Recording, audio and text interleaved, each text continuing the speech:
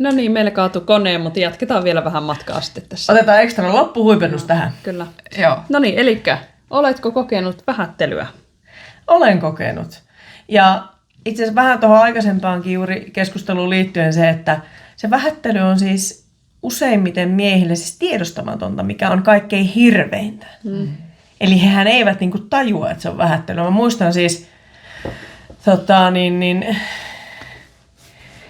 edellisellä kaudella niin kaupunginhallituksen kokouksessa esitin asiaa niin kuin veroprosentteihin liittyen. Esitin sitä ja silloinen kaupunginjohtaja niin olan kohautuksella sen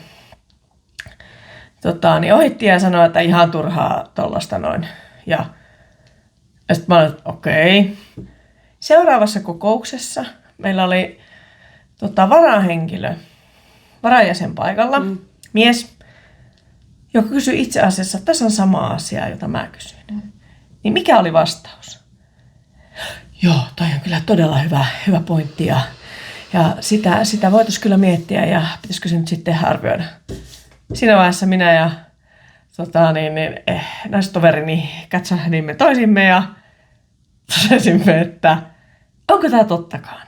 Joo. Että tavallaan että se oli niin ilmiselvä, että kun mä olin esittänyt sitä, niin siinä kohtaa mä koin, että tämä oli niin kuin viimeinen osoitus siitä, että kyllä henkilöllä on niin kuin asenteellinen näkemys siihen, että kuka on kykenevä esittämään kysymyksiä. Niinpä. Joo.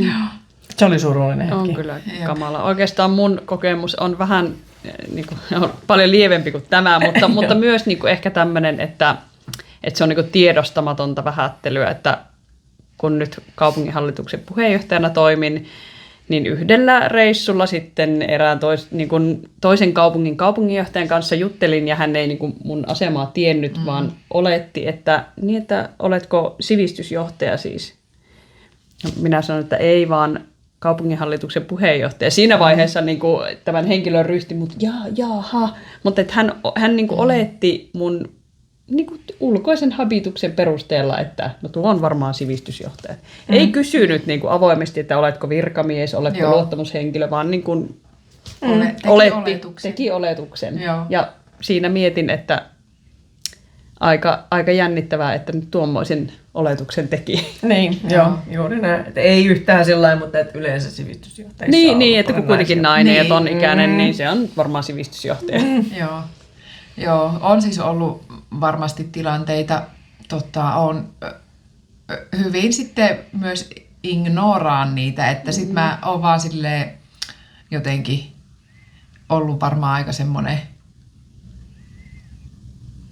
että en ole jäänyt, niin kuin, enkä ole huomannut ehkä sitten kaikkea, tai on vaan niin kuin, ehkä, mutta kyllähän mä tietysti niin kuin naisvaltaisella alalla ollut töissä ja naisten kanssa paljon teen töitä, niin kyllä sen niin kuin naisvihan ja semmoisen niin kuin asenteen huomaa myös niin kuin naisten kesken, että eihän se vähättelijä ole niin kuin aina mies. Joo. Ja tuolla puolella varsinkin, niin ehkä sitten miehillä vähän niin kuin siellä työyhteisössä semmoinen, ovat tottuneet siihen, että ollaan niin kuin tasa-arvoisessa työyhteisössä, niin tosi vähän tulee niin kuin töiden kautta semmoista.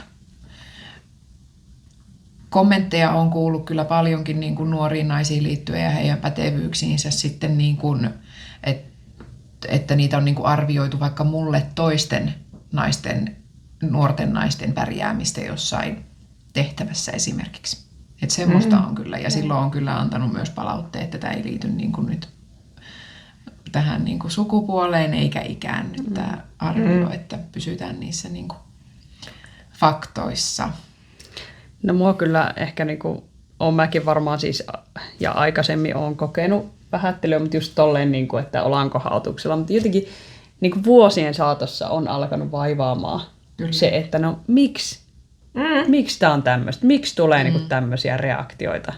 Joo, siis se on jo, niin kuin, että itse niin kuin, niin kuin, en mä ota sellaisesta tavallaan niin kuin itteeni.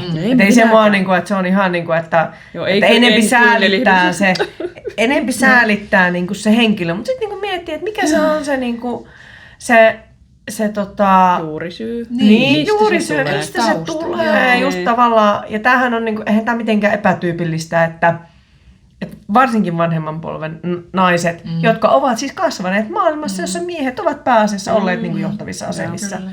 Niin tavallaan niinku se, että se kyvykkyys tulee ikään kuin sen elämänkokemuksen niinku siitä.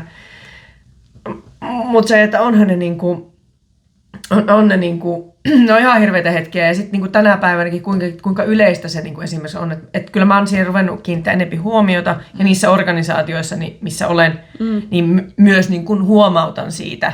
Että jos ollaan päädytty tilanteeseen, on se prosessi mikä tahansa ja miten kaikki sääntöjen mukaan ja muuta, mutta että päädytään tilanteeseen, jossa on näitä all male panels, niin tämän tyyppisiä.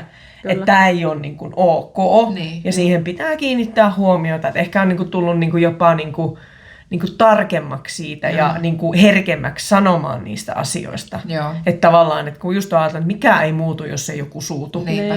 Että niitä pitää niin kuin osoittaa sormella, että tämä ei ole ok, tuo ei ole ok ja tämä ei ole.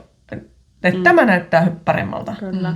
Että, niinku, että vaikka ne kiintiöt on niinku ikävä, mutta just se, että jos meiltä koko ajan puuttuu ne roolimallit, niin eihän se tiedostamatonkaan asenne koskaan muutu. Niin, eihän ne miehetkään opi siitä, että nainen voi pärjätä päätöksenteossa, Niin. jos ei ne näe sitä, että Niin. On. siellä pärjätään. Joo, ja just se, että se järjestelmä pitää muuttaa, koska se järjestelmähän on se, mikä niitä miehiä nyt nostaa. Koska aina ollaan, vaikka metsäpuolella aina ollaan niin kuin toimittu näin, että jonnekin luottamustoimiin nousee mies. Sitten siellä on niitä miehiä, vaikka sinne tulisi niin kuin nainen, niin sitten ne naiset on niin häviävän pienessä niin kuin osassa, että ei ole niin kuin todellisia mahdollisuuksia nousta, vaikka olisi kyvykkyyksiä. Eihän kaikki tietenkään halua edes niin kuin kaikista korkeimpiin paikkoihin, mutta siis, että pitää olla mahdollisuus siihen. Ja jos se ei ole tasa-arvoinen se joukko, joka niitä henkilöitä nostaa, niin ei sitä nostoa tapahdu. Juuri näin. Ja niin kuin siis vaikka pankissa nyt just itse, niin kuin, että kun 2 pankkia yhdistyy, niin sitten se oli se kuva siitä, missä on niin kuin toimitusjohtajat,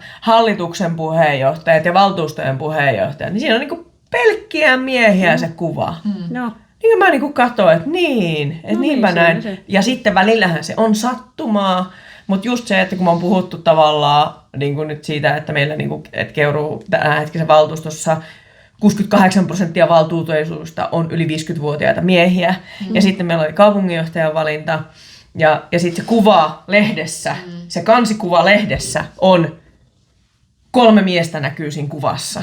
Niin mä niin kuin mietin, että no tässä se niin kuin kulminoituu. Että tavallaan, että siinä on paljon tiedostamatonta myöskin niin kuin mediassa. Eikä silloin niin kuin, ei se ole niin kuin just niin kuin, että ei kukaan tee sitä tahallaan. Ja se saattaa johtaa siitä, että ihminen ei itse ajattele niitä sukupuolia. Mutta itse kun on alkanut niin kuin siihen tiedostavaan toimintaan, niin ne ottaa silmään. Joo. Jep. Mutta hei, hyviä uutisia. Meillä on yhteensä 5 poikaa. Kyllä niiden kautta me kyllä pystytään muuttamaan ainakin oma Joo, osamme. Kyllä, juuri Kyllä. näin. Mä olin niin iloinen, kun yksi mun lapsistani poika sanoi tässä yksi päivä, totesi pikkusiskolleen, kun pikkusisko sanoi, että tämä on tyttöjen juttu tai jotain, niin mun poikani sanoi, no en minä tiedä, onko niitä tyttöjen ja poikien juttuja erikseen. Tähän on hyvä lopettaa. Kyllä, se oli hienosti sanottu.